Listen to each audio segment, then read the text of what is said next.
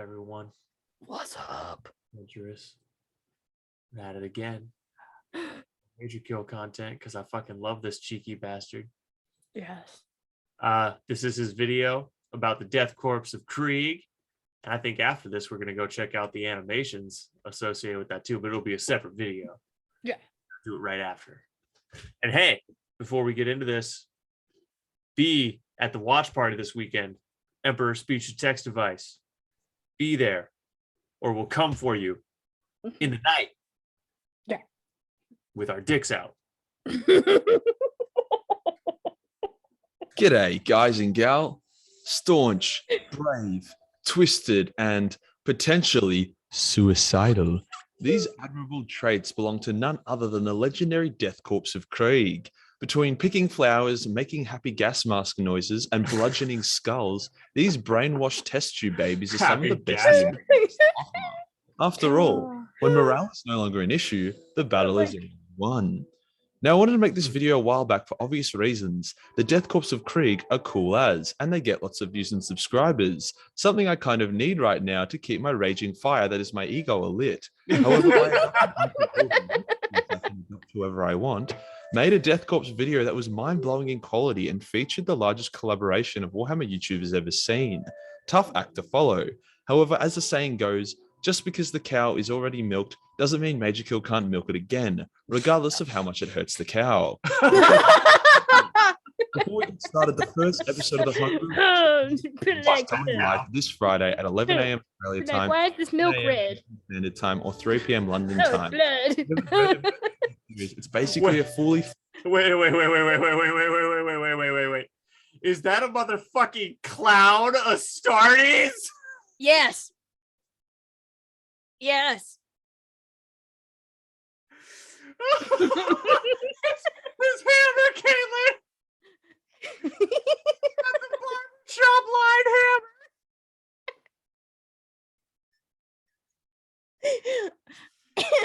Oh my god, that is perhaps one of the funny. If I just saw that dude running at me, Caitlin, I'd be like, oh, you know, chaos was bad. The Tyranids were worse. I'm just gonna let this guy kill me. There's no hope.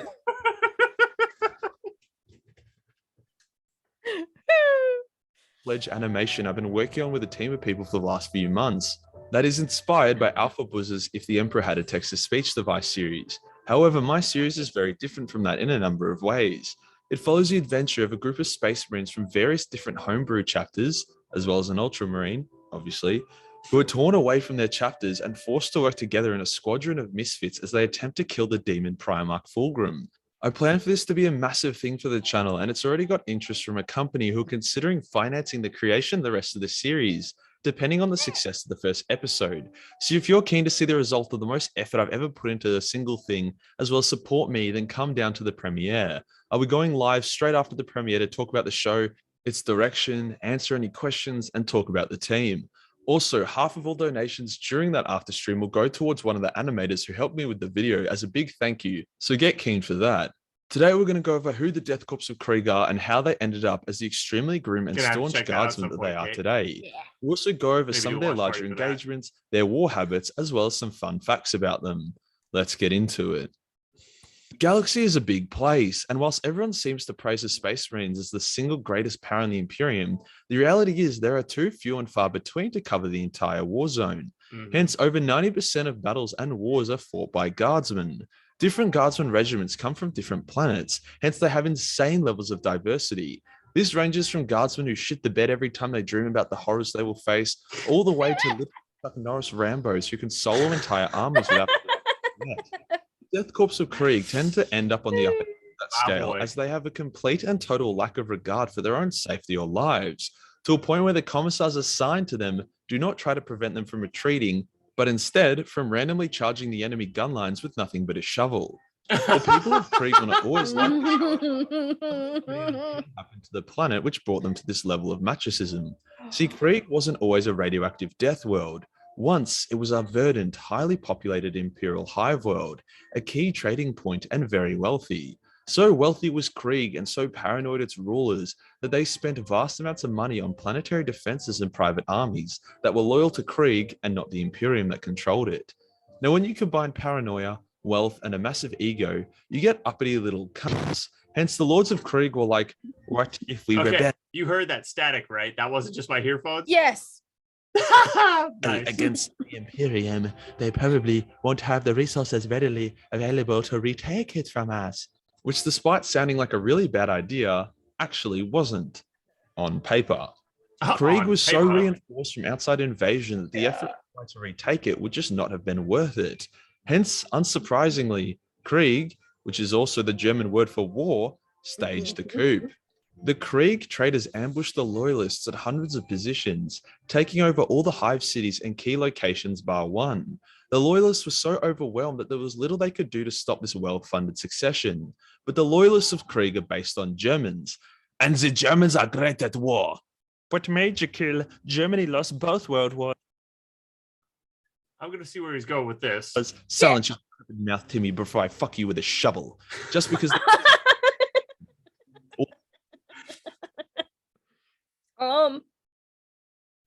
They invaded Russia in the fucking winter, bro. Yeah. Don't tell me the Russians are good at war. He said the Germans were good at war. Yeah. The Germans invaded Russia Mm-hmm. in the winter. Yeah. They're not good at war, Caitlin. No, you said don't tell me the Russians are good at war. Oh, I'm sorry. Sometimes my brain swaps words out to try to make me sound stupid. I apologize. Anyways, you get the point. All the girls I see wanted to never come back, but that doesn't mean I'm bad at sex. Hence, they dug in and defended their... Just because they lost doesn't mean they weren't good at it. All the girls I sleep with act disappointed and never come back, but that doesn't mean I'm bad at sex. Hence, they dug in and defended their last hive city. A man by the name of Colonel MajorKill, sit down, bro. We need to have a discussion. Silent. Jurten got in contact with the Imperium, who were like, sorry, buddy, not worth our time and effort. You're on your own. So yeah, feel free to destroy the enemy any way you see fit. And then the Archmagos, who was with Jurten, was like, beep, boop, we have a nuke. So Jurten was like, fuck it, channeled his inner Kim Jong-un and unleashed atomic genocide upon his own planet. See, whilst the loyalists were wildly outnumbered and outgunned, they were for a planet-wide nuclear strike. The traitors were not. Let's just say, after the world was reduced to a radioactive wasteland so toxic, it would make the Fallout games look like a holiday destination, and billions of people died. The odds were evened out. Over the next 500 years, the loyalists and traitor survivors engaged in a violent, hectic war of attrition. Hundreds of thousands of kilometers of razor wire, trenches, and bunkers were built. Both sides became bitter and bloodthirsty. However, the loyalists began creating their soldiers by using artificial wounds and cloning, meaning they could create large numbers of consistent troops. On top of this, every loyalist of Krieg was told that they all owed a life debt to the Emperor due to Krieg betraying the Imperium, and that the only way they could repay that debt was by collecting 100 Nazi scalps, by violently dying after taking at least 3.5 heretic lives via shovel smacking with them. Krieg was nothing more than a smoking crater with thousands of bunkers beat beneath its surface. But it was once again under Imperial control. Yay. The Imperium took note of this, but didn't really. What could have blasted Death World off of the Imperium? The answer was serious fuel for the meat grinder that is Warhammer 40k. Krieg offered up 20 fully equipped and trained regiments of guardsmen with more on the way, straight up. On top of that, these soldiers requested to be placed in the most horrific war zones available. Now, before we talk about some of those wars and battles they've taken a part in, let's first dial it back and talk about the Kriegsmen and women themselves. While they are fun and badass as an army, the people of Krieg are about as fun and interesting to talk to as a junkie who just overdosed on opioids. They have no names, only numbers. They never remove their armor and face masks in the presence of non-Kriegsmen, and they had clones of each other. Imagine they are like the clones from Star Wars. However, you replace their witty quips of brotherly love for each other with 500 years of trench warfare kicked off by nuclear fire. On top of this, it's thought that the average age of the Krieg's guardsmen is really low, as they're sent off to war pretty much as soon as they are ready. If you're trained your entire life, this could be as soon as you were 16 or even 15. As they don't remove their masks and their voices likely have a Darth Vader-esque filter on them, it's really hard to tell even the gender of the Kriegsmen you might be dealing with. Overall, this really ticks a lot of diversity boxes. They're a mix of Germans, so white people, child soldiers, so Africans, clone troopers from Star Wars, so aliens, and they have no regard for human life, so Asians. I think Oh my god. of Krieg. Moving on to some of their wars and engagements. The Death Korps of Krieg, Oh, dude. despite the massive impact they have already had for the Imperium. Oh. Their first main engagement was the legendary Siege of Vraks. Now, the Siege of Vraks was incredibly hectic and long, and I don't want this video to be 10 hours, so the gist of it was that a priest that got too religious and fell to chaos after he spent too much time hanging around orphanages at nighttime. He then gathered a massive army of zealots and took the planet of Vraks and fortified the living shit out of it. Before declaring war on the Imperium, the Death Korps were deployed to the planet by the millions, and after 17 years of non-stop hectic warfare, attrition, and death, in which even Space Marines had to get involved in, the planet was retaken. The next main instance we see the Death Korps of Krieg was during the Fisting of Durundus. That's not what it's officially called, that's just my name for it. Basically, the High Lord of Durundus was sick of paying their taxes, so instead of just using a good accountant to claim a bunch of expenses, hence increase their profits, they declared independence from the Imperium and killed the diplomats sent in to resolve the issue. Now, declaring independence from the Imperium is never a good idea. Krieg and Vraks did it and were completely decimated via metaphorical anal. The word you want is devastated. Decimated means only 10%, just so you know that. Spread the word, everyone. Maceration. And they were some of the most fortified planets in the galaxy. So a single hive city with no army or real defenses is going to have a really bad time. And have a bad time they did, as the Death Korps of Krieg simply begun shelling the city nonstop for 5 years. Anyone who tried to escape the city during this time was gunned down. Fucking years? How long does it take to destroy a city? What? What 5 years? Like, why? It shouldn't take 5 years to destroy a city. What are their shells fucking doing the equivalent damage of a soccer ball made of concrete? Like, what kind of shells are these? Or is this one of those like science fiction, fantasy, mythology trope things where the entire planet is a city, which is dumb, by the way. Yeah, it's like if for an entire planet to be a city, it would have to be one of those neo cities that's like half city, half forest, which would be dope, but none of the city planets we see in sci-fi are ever that. No, plus think about planet Earth. Okay, there's multiple continents. Mm-hmm. So, and it's all not one city. Well, yeah. So it doesn't make sense. Oh, that's not true. It's not that it doesn't make sense necessarily, Kate. It's just that if you wanted the planet to survive, if you wanted it to be self-sustainable, it would have to have some forest. But I mean, the entire planet, like say you had a planet that was just one big inhospitable rock, but a really good strategic location in terms of the galaxy. So you'd make that entire planet one big city, and it would be just supplied from the outside. Yeah, but I mean, like, if you have a place with multiple factions and cultures and all of this other stuff, and just how dynamics of things with population works, people are going to separate themselves off into certain. Well, yeah, there's going to be sectors of the city, but it's still going to be New York. There's the Bronx and downtown and Harlem and like 3 other major neighborhoods in New York, but it's all still New York. Yeah, but that's a very small area. It's not an entire planet. Okay, up in Seattle is like 20 square miles, and it's got downtown. It's got it's got Capitol Hill, the warehouse district, the stadium district. It's got Pike Place Market. It's got North Seattle, and those are just the ones I can name. Yeah. But it's all still Seattle, Caitlin.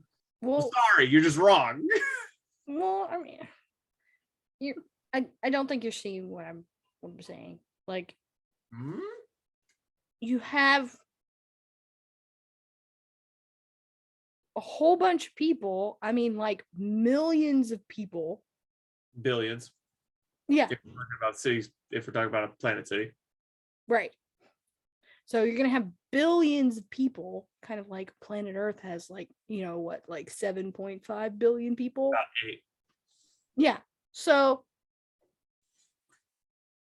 7.5 billion people, or 8 billion people, you're going to have groups of those people wanting to be like, no, we're going to go over here and make our own country. Kate, you see what I'm saying? Not when you're in an intergalactic empire and Kate, I'm not buying it. I'm not buying it. I see what you're saying. I don't agree with you. I'm just saying the trope is stupid. I don't think it is necessarily. I see circumstances within the realm of possibility where that trope could happen.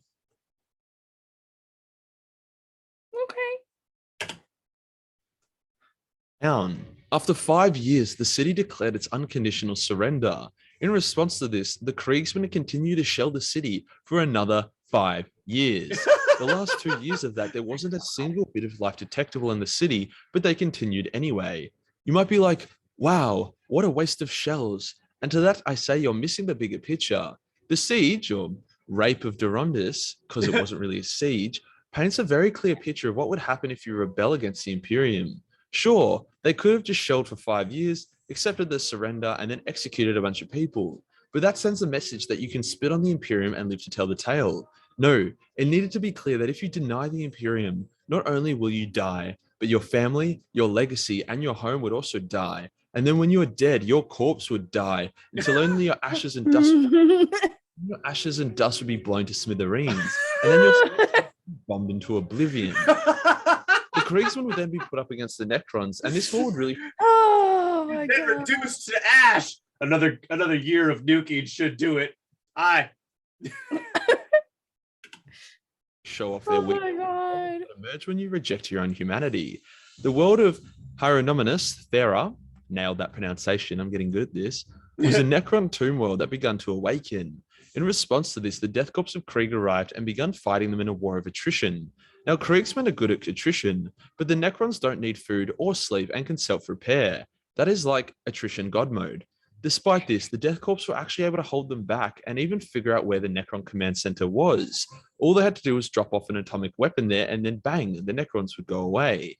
Unfortunately for the Kriegsmen, being total dicks to the entire planet and executing hundreds of planetary defense force soldiers because they didn't like being retrained to become Kriegsmen resulted in them being the bad guys.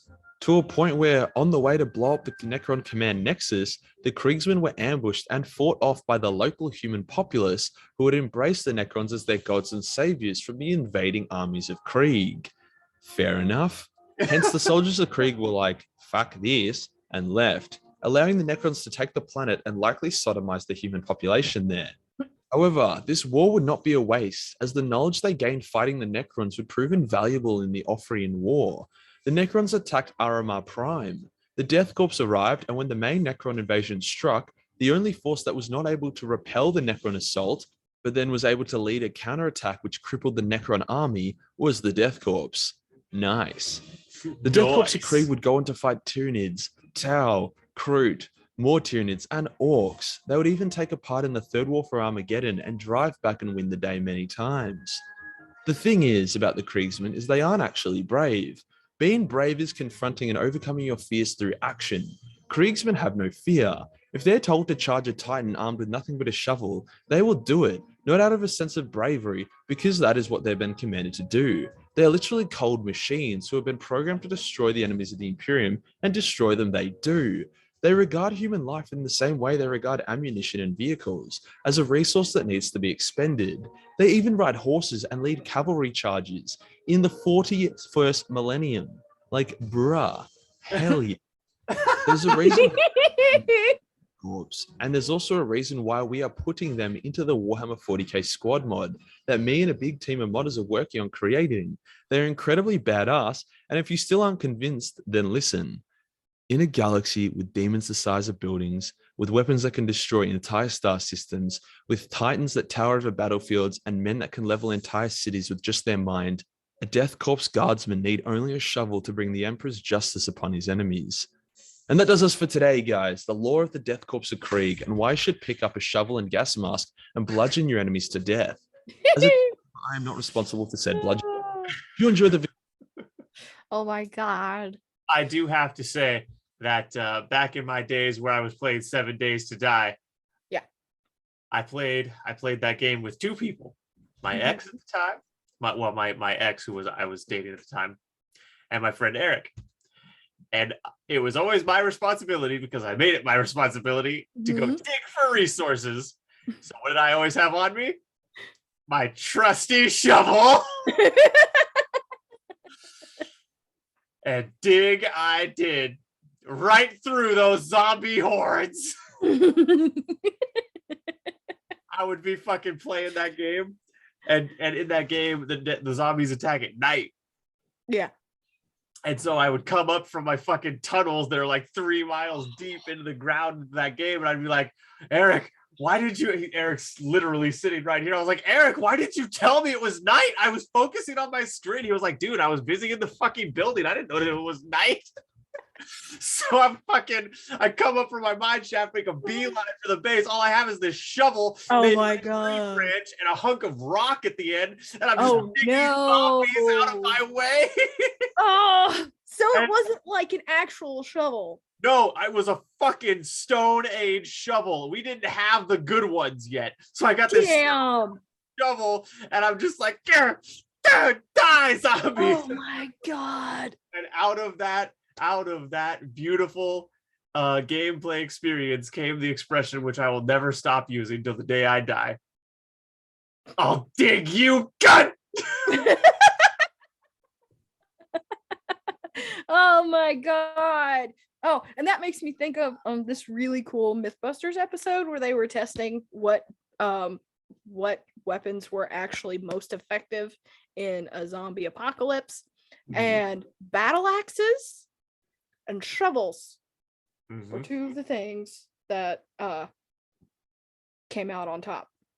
Yeah. So basically anything that you can hold on your hand, and it's really heavy on the end. So yeah. Yeah. Well, and not only that, a shovel is a blunt instrument and a spear and a tool. Yep. Especially if you can find a shovel that's a proper spade, so it's not bowl shaped, it's just a true spade, because that still works as a shovel, but now it's also a really good spear. Yes. Yeah, especially if you can get like one of those Army Ranger tactical spades. Those are cool. You mean I think those are called K-bars, aren't they? Yeah, I think so. Hang on. I might K-bar might be their issued knives. Because it's one of those, like you yeah, like, K-bar is the knife. Like, K-bar is the knife. Fuck. What am I? Yeah. Hang on. Army. Because one side is serrated and one side is not. Yeah, because you can use them as saws. Yeah. Those are really cool. Yeah. You know. This turned from a reaction about the Death Krieg to finding out, researching. But you know what? Hey, we could ask, if since we don't know, people in the comments Yeah. If anyone knows what army issue, if they actually have a name other than Slappy McFuck you, let us know in the comments. Goddamn fruit flies. Yeah. What is that tactical spade called? What is that tactical spade with a serrated edge that you can simultaneously use to dig trench and butt fuck your enemies? Oh, let us know in the comments. Be there this weekend for Emperor Speech to Text. Bring some booze. We're gonna bring some booze. You can see the fucking fly in my fucking camera. I'm going to kill that son of a bitch if it's the last thing I do. Anyways, get a shovel. I'm just kidding. Just starts smashing my room apart. My fucking mom comes and she's like, Zach, what are you doing? I was like, the fly, Ma! The fly!